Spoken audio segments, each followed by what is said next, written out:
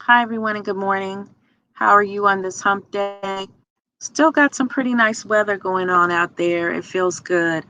I have a feeling, they say the heat's coming back, but I have a feeling that fall is coming early. And you know what comes after that. But you know what? We're going to live through it. We're going to laugh through it. We're going to laugh through it. We're just going to live our lives with joy.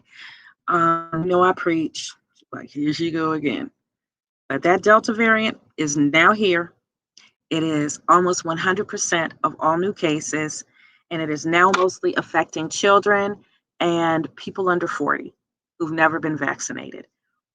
Also, while you may have gotten 2 shots, it is the Delta variant is as what's the word, contagious as chickenpox, because you used to get chickenpox through the air. So even if you're a vaccinated person and you're in the presence of the Delta virus, Delta strain virus, you will probably get it. But wearing a mask protects you. Having 2 shots, you won't get it as bad. And having no shots, you will, like, if you are around the Delta variant of the COVID-19 virus, you're going to get it. It's starting to tear people down right now. We're going to lose huge portions of our community. That hurts me to my heart. Young children, people with, if you're a fragile person, meaning you got high blood pressure, you have diabetes, you have lupus, you have cancer, you're on dialysis, you are overweight. Look, you are in the high risk group. If you're exposed to the Delta variant of the COVID-19 virus, you're going to get COVID. Y'all, get this shot. Get this shot. You trying to save grandmama? You trying to save your babies, your siblings, your church community, anybody that you care about, and mostly yourself. Get these shots. Get them, get them, get them. I'm done now. Because you grown, I'm grown, we're all grown, but make your best decision to live your best life. I say that every day. So let's go on to reading. We're going to try to make this quick. And what we're going to talk about today is mood and tone and how words can affect the tone. Let's listen to this for a moment. That word choice affects the tone, imagery, what you picture in your mind, and voice, how a writing comes across of a written piece. And so just as you use your tone of voice to demonstrate to others how you feel, you know how that tone can be adjusted, particularly when you have kids. Watch your tone. Watch how you talk to me. Woo, how many of you said that? Nobody? Just me? Just me? So you can tell others how you feel by your tone. And in writing, you can use words to communicate your attitude about a subject. So tone can be positive or negative, happy, sad, angry, peaceful, hopeful, desperate, so on and so on. And also it can tell us whether we're talking about formal writing or informal writing. For instance, the 19th Amendment to the Constitution of the United States says, the right of citizens of the United States to vote shall not be denied or abridged, should not be denied or taken away or changed by the United States or any state on account of sex. So what did the 19th Amendment do? It gave women the right to vote. And notice the mood and tone of that language is very formal and very serious. Nobody can take this away. And then it says, Congress shall have power to enforce this article by appropriate legislation. So if we need to change laws to ensure this right of women to vote, we're going to do that. Okay, so now I want to look at this. Let me share my screen with you. And this is a review. Okay, come on, baby. There we go. This is a review, and it's also got a video you know you can't hear it right now, so I want you to listen to it later. But this is Silk Sonic's new song, Skate. And what we're looking at is um, a music song review. So, Silk Sonic, the collaborative project of Anderson .Paak and Bruno Mars, may have not dropped their lightly anticipated album in an evening with Silk Sonic last night, but they did give us the groovy 70s inspired slide along with its equally retro music video. It's old school. Prepare yourself because you're about to hear slide everywhere. The grocery store, the pharmacy, your dentist, when it inevitably ascends the Billboard charts like the duo's last hit. Luckily, the new single is a kind of smooth, funky summer jam that holds up to repeated listening. In a room full of dimes, you would be $100. Pack sings on the characteristically horny track, meaning there's horns. If being fine was a crime, girl, they'd lock your fine ass up in a tower. The music video, which was directed by Mars and Florent Deschard, features both Mars and Paak on drums as they serenade a group of roller skaters. Watch the full video, bub. And so I've attached this article. So if you want to hear this song, it's the summer bop. I love it. So you can listen to it. But look how that language is so different. The mood and the tone from what we just heard about the 19th Amendment. So let's take a look at this really quick. The mood and tone definition. The tone and the mood are elements used by authors in literary works. When you understand the tone and the mood of the text you're reading, it's a lot easier for you to appreciate the style and the work of the author. Did part of this get cut off?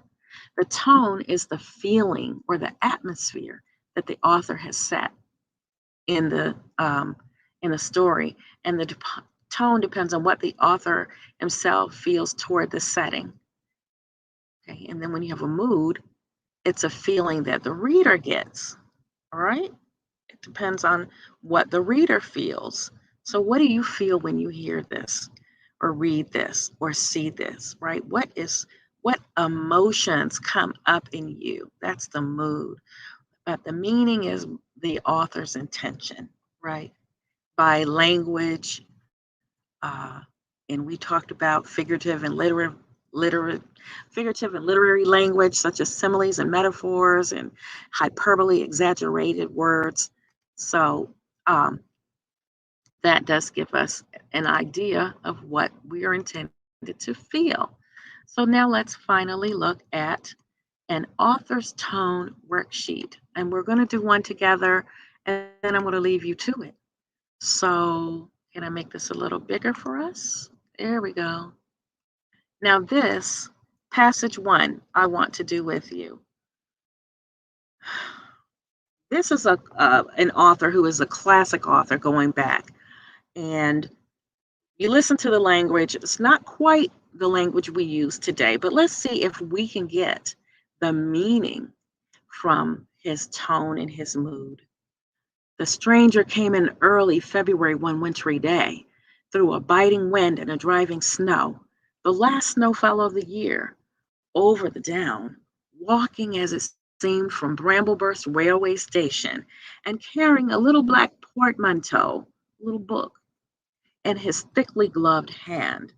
He was wrapped up from head to foot, and the brim of his soft felt hat hid every inch of his face but the shiny tip of his nose. The snow had piled itself against his shoulders and chest and added a white crest to the burden he carried. He staggered into the coach and horses, more dead than alive it seemed, and flung his portmanteau down. "A fire!" he cried. "In the name of charity! A room and a fire!"